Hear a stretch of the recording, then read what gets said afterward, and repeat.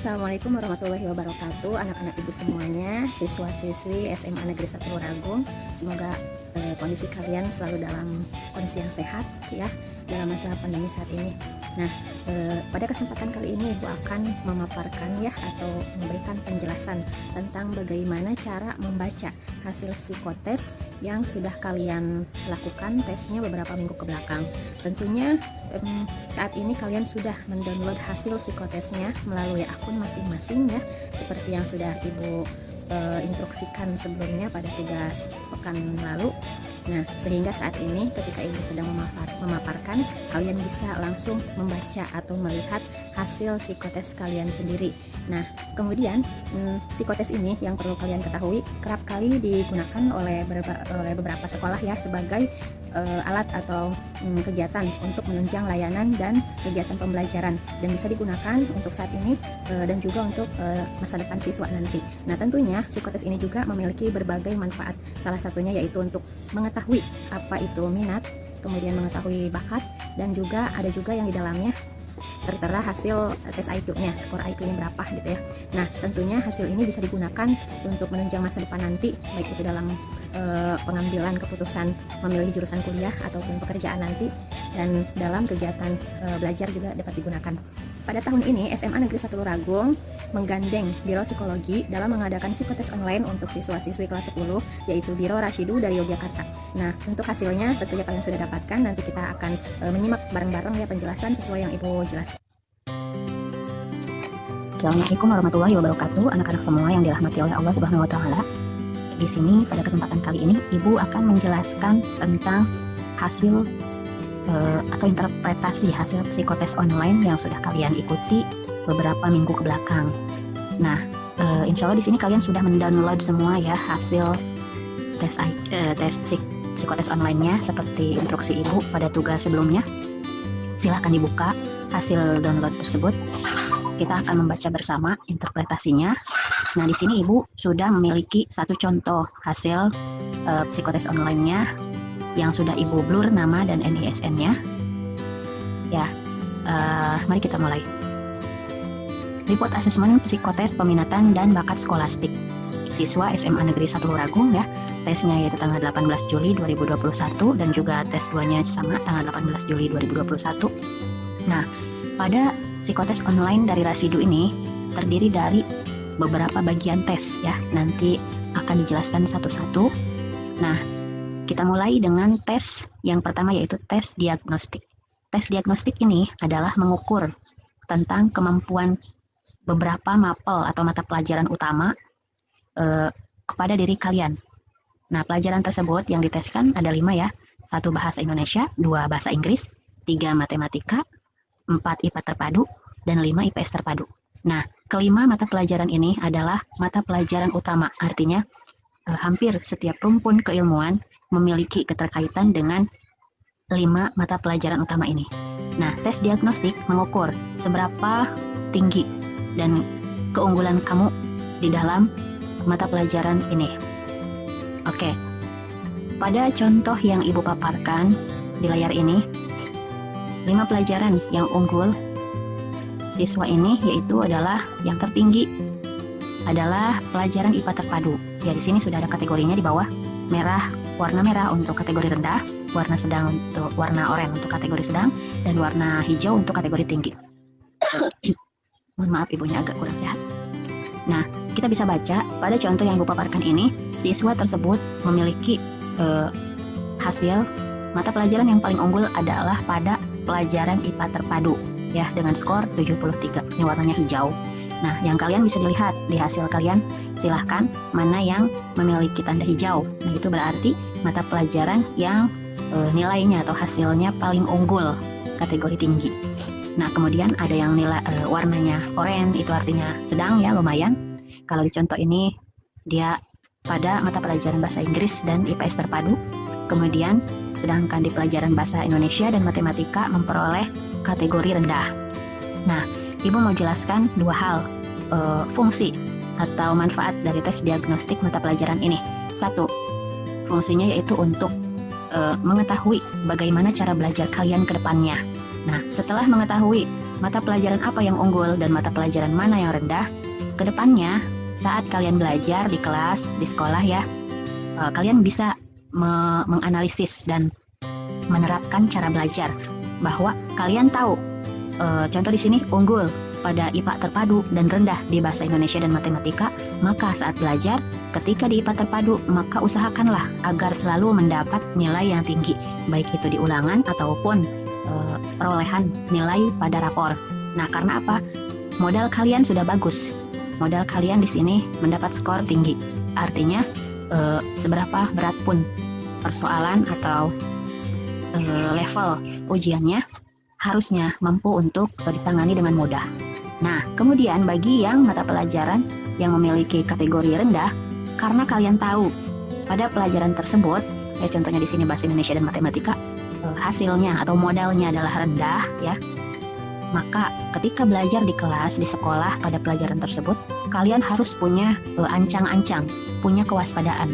Saya tahu bahwa di pelajaran matematika dan bahasa Indonesia ini modal saya rendah, maka ketika belajar bahasa Indonesia dan matematika, saya akan berusaha lebih keras lagi. Saya akan lebih bersungguh-sungguh lagi. Saya akan lebih fokus lagi ketika di kelas menghadapi mata pelajaran tersebut karena modal saya rendah. Nah, dengan demikian diharapkan hasilnya nanti nilai yang diperoleh di rapor tidak akan terlalu rendah atau di bawah KKM. Jadi sudah ada ancang-ancang, sudah ada cara pencegahan gitu ya, pencegahan lebih dini dari diri kita sendiri. Nah, dari hasil tes diagnostik ini, itu adalah fungsi yang pertama. Fungsi yang kedua atau manfaat yang kedua dari tes diagnostik 5 mata pelajaran ini bisa juga yaitu untuk menjadi rujukan atau rekomendasi bagi kalian dalam memilih jurusan atau prodi bagi kalian yang ingin kuliah nanti setelah lulus SMA. Nah, ketika kalian tahu hasil tes diagnostik kalian yang tinggi itu adalah di IPA terpadu, maka bisa jadi rujukan rekomendasi kalian untuk mengambil jurusan di kuliahan nanti baiknya adalah mengambil bidang IPA. Nah, kalau dirinci lagi di SMA kita itu IPA terpadu ada pada mata pelajaran biologi, fisika, dan kimia. Nah, dari hasil tes diagnostik ini ketika nanti kalian kuliah mengambil bidang IPA atau pelajaran-pelajaran tadi diprediksikan akan mencapai hasil yang baik gitu ya, akan mencapai hasil yang cum laude gitu. Nah, sebaliknya diharapkan untuk menghindari prodi atau jurusan yang berhubungan dengan bidang matematika atau bahasa Indonesia karena modalnya rendah.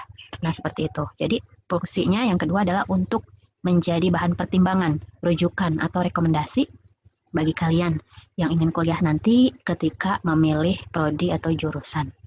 Oke, baik. Lanjut ya. Nah, ini adalah proses ya, dijabarkan kenapa kalian mendapat kategori rendah, sedang, dan tingginya.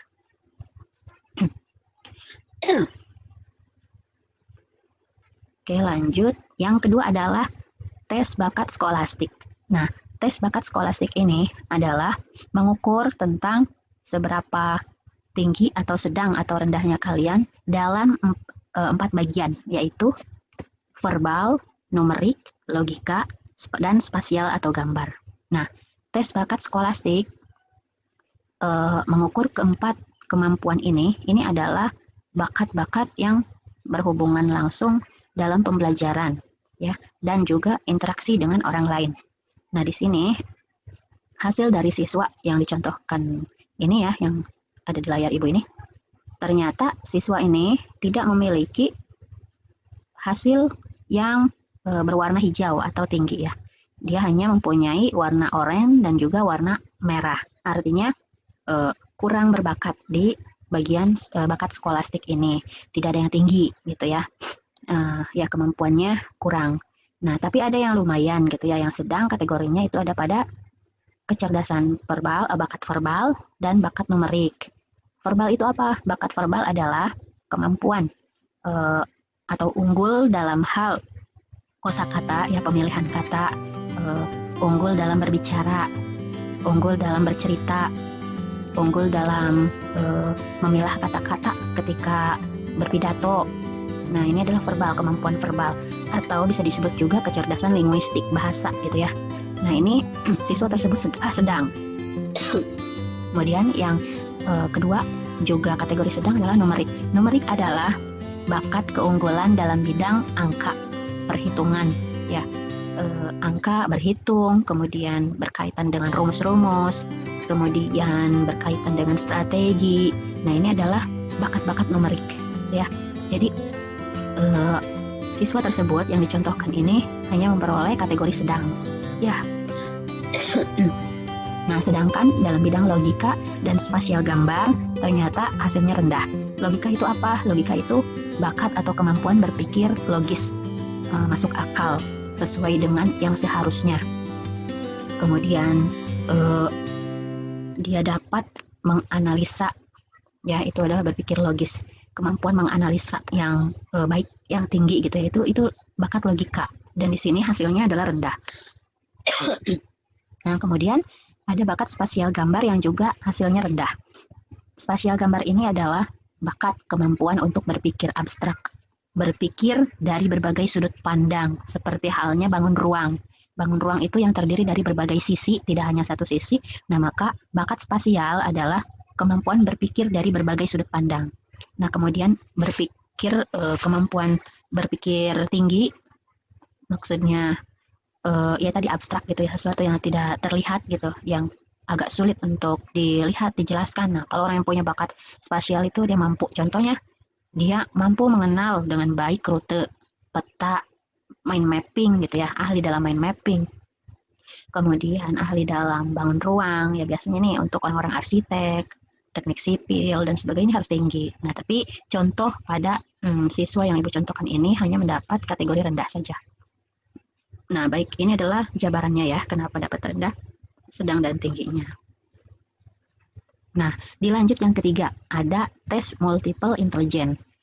Nah, dari judulnya, tes multiple intelligence artinya adalah kecerdasan majemuk ya, tes kecerdasan majemuk. Karena judulnya kecerdasan majemuk, artinya berarti terdiri dari banyak kecerdasan ya. Kita hitung ini ada 1, 2, 3, 4, 5, 6, 7, 8. Ada 8 jenis kecerdasan. Nah, pada hasil tes multiple intelligence yang Ibu paparkan ya, siswa yang menjadi contoh ini, ada yang dinyatakan kategori tinggi, yaitu yang memiliki warna hijau.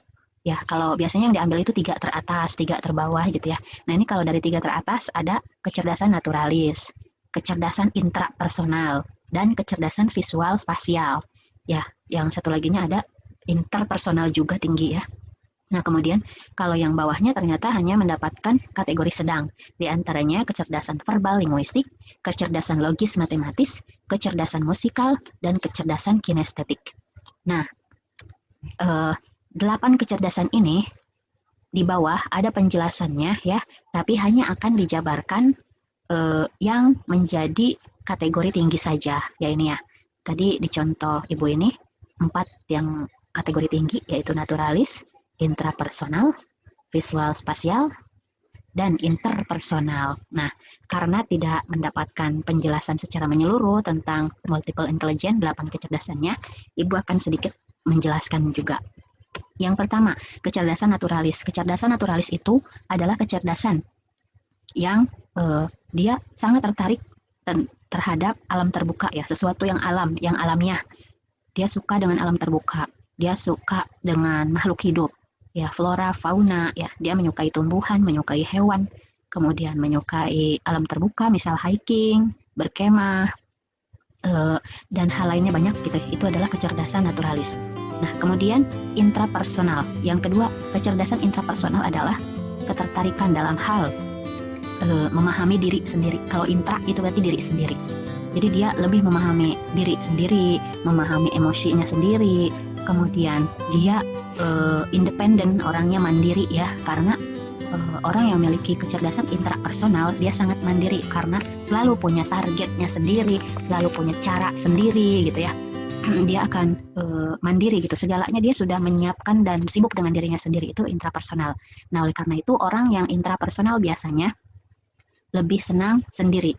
Artinya bukan selalu harus menyendiri, tapi memang dia butuh ruang untuk dia sendiri gitu. Dalam kesendirian itu dia akan memikirkan dirinya, dia akan mereview, dia akan membuat target, dia akan mengerjakan hal-hal yang disukainya. Nah, itu dia butuh untuk mengembangkan potensinya gitu dengan memiliki waktu pribadi gitu, waktunya sendiri. Nah, itu intrapersonal. Yang ketiga, kecerdasan visual spasial. Ini adalah ketertarikan ya atau kecerdasan berupa kemampuan berpikir abstrak, kemampuan berpikir masa depan yang jauh ke depan. Kalau orang baru berpikir hanya sampai saat ini, tapi dia sudah berpikir jauh ke depan. Nah, itu orang visual. Nah, kemudian mampu berpikir abstrak seperti bangun ruang. Kalau tadi yang tes bakat skolastik itu ada ya spasial gambar. Nah, ini juga sama, berpikir dari berbagai sudut pandang ya, seperti halnya bangun ruang.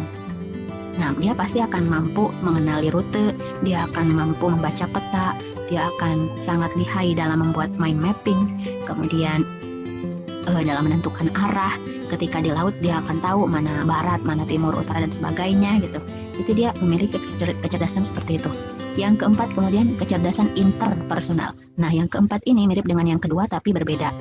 Interpersonal adalah kecerdasan atau ketertarikan dalam hal memahami orang lain. Ya, kalau yang kedua itu diri sendiri, kalau yang keempat ini adalah orang lain. Memahami emosi, memahami keinginan orang lain ya. Dia juga lebih mengutamakan orang lain.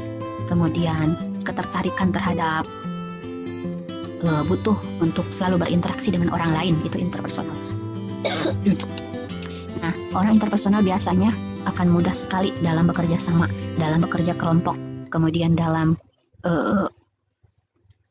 membantu orang lain gitu. Itu sangat lihai gitu ya, pandai. Yang selanjutnya yang kelima adalah kecerdasan verbal linguistik, yaitu kecerdasan atau ketertarikan terhadap kata-kata bahasa. Jadi dia suka dengan bahasa, mampu memilah kata-kata ya, menggunakan kata, menggunakan bahasa, berbicara, mendongeng, bercerita. Nah, dia juga hobi membaca buku, itu adalah verbal linguistik. Yang selanjutnya adalah kecerdasan logis matematis. Nah, ini mirip kalau yang tadi logika dan numerik ya. Jadi kecerdasan berpikir logis dan berhitung dalam angka hitungan. Dia berpikir logis, kemudian dia unggul dalam matematika ya, dalam berhitung, dalam menggunakan rumus, kemudian membuat strategi ya, dan sebagainya gitu. Itu. Yang ketujuh ya, yaitu kecerdasan musikal. Musikal ini adalah kecerdasan atau ketertarikan pada irama dan nada musik ya, lagu. Nah, tentunya orang yang memiliki kecerdasan musikal dia akan senang ya, walaupun tidak bagus, dia senang bernyanyi, senang bersenandung gitu, senang dengan alat-alat musik gitu. Nah, ini adalah orang-orang kecerdasan musikal. Yang kedelapan terakhir adalah kecerdasan kinestetik, yaitu ketertarikan atau unggul dalam hal gerak dan memfungsikan anggota-anggota tubuhnya. Nah, ini orang-orang kinestetik biasanya senang bergerak ya, senang bergerak, kemudian senang memfungsikan semua anggota tubuhnya sehingga tidak ada yang diam gitu. Itu adalah kinestetik. Nah, itu adalah kecerdasan majemuk ya. Nah, di contoh ini tadi sudah dijelaskan 4 yang tinggi dan 4 lainnya sedang. Nah, penjelasannya kalian pasti ini beda-beda ya, sesuai dengan hasilnya yang dijelaskan di sini. Hanya yang kategori tinggi saja. Selanjutnya adalah tes learning style. Learning style ini adalah tes mengukur gaya belajar. Nah, gaya belajar ini adalah cara atau gaya seseorang ketika belajar. Ternyata ini bukan sesuatu yang dapat untuk diubah atau dipelajari ya, tapi memang bawaan ya, bawaan juga. Nah, gaya belajar contohnya yang di sini berarti yang tinggi atau dominan itu adalah ya yang garisnya paling panjang ini. Yang kuning berarti ya auditorik. Di sini akan terlihat dari presentasenya. Ini 33, 46, 20. Tentunya yang tinggi adalah 46. Nah, di sini contohnya yang tinggi adalah auditorik ya. Di sini sudah dijelaskan. Nah, ini hasilnya dijelaskan auditorik, kemudian di sini sudah dijelaskan juga apa itu visual, apa itu auditorik, dan apa itu kinestetik. Kalian tinggal baca saja. Ya, kalau auditorik hasil contoh ini tertinggi auditorik berarti, nah kita lihat auditorik seperti apa. Nah, orang auditorik itu model pembelajarannya, dia dominan menggunakan ya, melalui apa yang ia dengar. Jadi telinga, unggulannya ada di telinga ya. Tuh, mendengarkan penjelasan, kemudian ya ciri-cirinya ini. Maaf ya, ibunya kurang sehat. Ya, itu adalah tes learning style. selanjutnya ada tes apa lagi?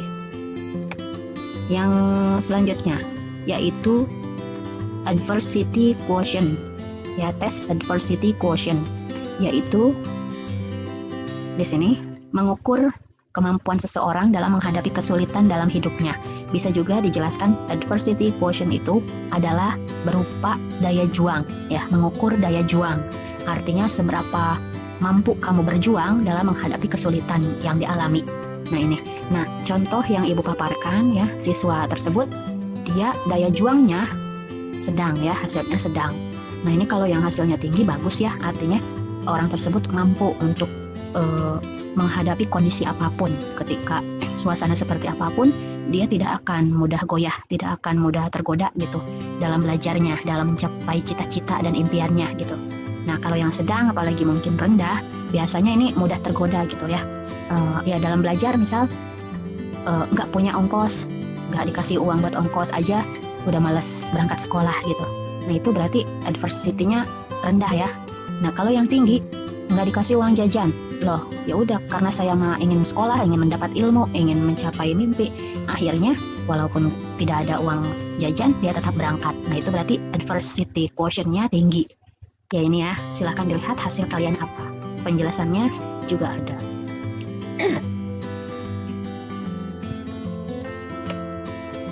Nah, yang selanjutnya ini ada tes terakhir nih, yaitu tes emotional quotient ya. Ini adalah mengukur seberapa tinggi rendah sedangnya kalian dalam hal emosi ya. Menerima, menilai, mengelola, mengontrol emosi gitu ya, diri dan juga orang lain. Nah, contoh yang ibu paparkan di sini, emotional quotient-nya dia tinggi, artinya dia dapat mengontrol emosi ya, baik itu emosi dirinya juga emosi orang lain. Nah, orang yang memiliki kontrol emosi yang tinggi biasanya bagus ya, bagus karena dia juga mampu untuk bertahan dalam segala situasi. Nah, kalau di pekerjaan dia akan sangat diandalkan karena tidak akan mampu terpengaruh dan pasti prestasi kerjanya akan tinggi gitu. Nah, jadi yang bagus pastinya emotional quotient-nya atau kontrol emosinya tinggi, diusahakan tinggi, karena orang yang memiliki kontrol emosi tinggi dia akan selalu positif ya, berpikir positif, akan memiliki pengaruh positif dan hasil positif juga gitu, baik pada dirinya dan juga orang lain. Nah, kalian silahkan dilihat hasilnya apa ya. Nah, ini sepertinya tes terakhir dalam psikotes. Oh, ada satu lagi, yang terakhir nih, ada satu lagi ternyata ya, yaitu tes achievement motivation. Achievement motivation itu adalah kebutuhan yang menjelaskan bahwa motivasi pada manusia ditentukan oleh keinginan untuk meraih prestasi. Achievement motivation ini lebih diartikan motivasi untuk berprestasi ya. Kalau adversity itu daya juang, bagaimana dia mau berjuang atau tidak. Nah, kalau achievement motivation ini seberapa tinggi keinginan dia untuk berprestasi. Kan ada anak yang ketika sekolah, saya yang penting sekolah, yang penting lulus, ada yang seperti itu. Tapi ada yang ketika bersekolah, saya harus memiliki prestasi, saya harus mendapat nilai yang tinggi, saya harus ranking 1, ranking 10 besar dan sebagainya. Nah, itu ternyata hasil dari siswa yang ibu contohkan ini memiliki motivasi prestasi yang sedang gitu ya. Nah, di sini dijelaskan. Nah, untuk motivasi berprestasi ini tinggi, sedang, rendah, yang bagus yang mana? Tentunya yang tinggi. Tapi motivasi berprestasi yang tinggi juga harus diimbangi dengan kemampuan untuk mengontrol diri ya, seperti tadi emosinya seperti apa, emotional quotient-nya yang di atas itu. Ketika seseorang yang memiliki motivasi berprestasi yang tinggi tetapi kontrol emosinya rendah, itu khawatir nanti akan menjadi seseorang yang ambisius ya. Jadi segala sesuatu harus tinggi, harus sempurna. Nah, ketika dia tidak bisa mencapai apa yang ia inginkan, biasanya akan frustasi ya, depresi dan sebagainya. Itu bahaya. Nah, oke, itu adalah terakhir ya, bagian tes yang terakhir yang dijelaskan pada hasil psikotes online ini. Nah, yang selanjutnya adalah ini hasil asesmen ya, atau pengukuran dari berbagai hal. 1. Studi lanjut. Di sini dijelaskan banyak sekali bidang-bidang keilmuan ya yang dipaparkan. Itu ada bidang ilmu bumi, kemudian bidang ilmu tumbuhan gitu ya. Banyak juga anaknya gitu ya. Ini adalah ketika nanti kalian kuliah, dari hasil psikotes online ini memberikan rekomendasi ya, pertimbangan yang baik gitu. Kalian boleh nih untuk memilih bidang-bidang ini ya, prodi-prodinya. Nah itu banyak tuh ternyata. Bidang ilmunya apa aja, tentunya berbeda-beda antara satu anak dengan anak lainnya ya, satu siswa dengan siswa lainnya. Dibaca saja.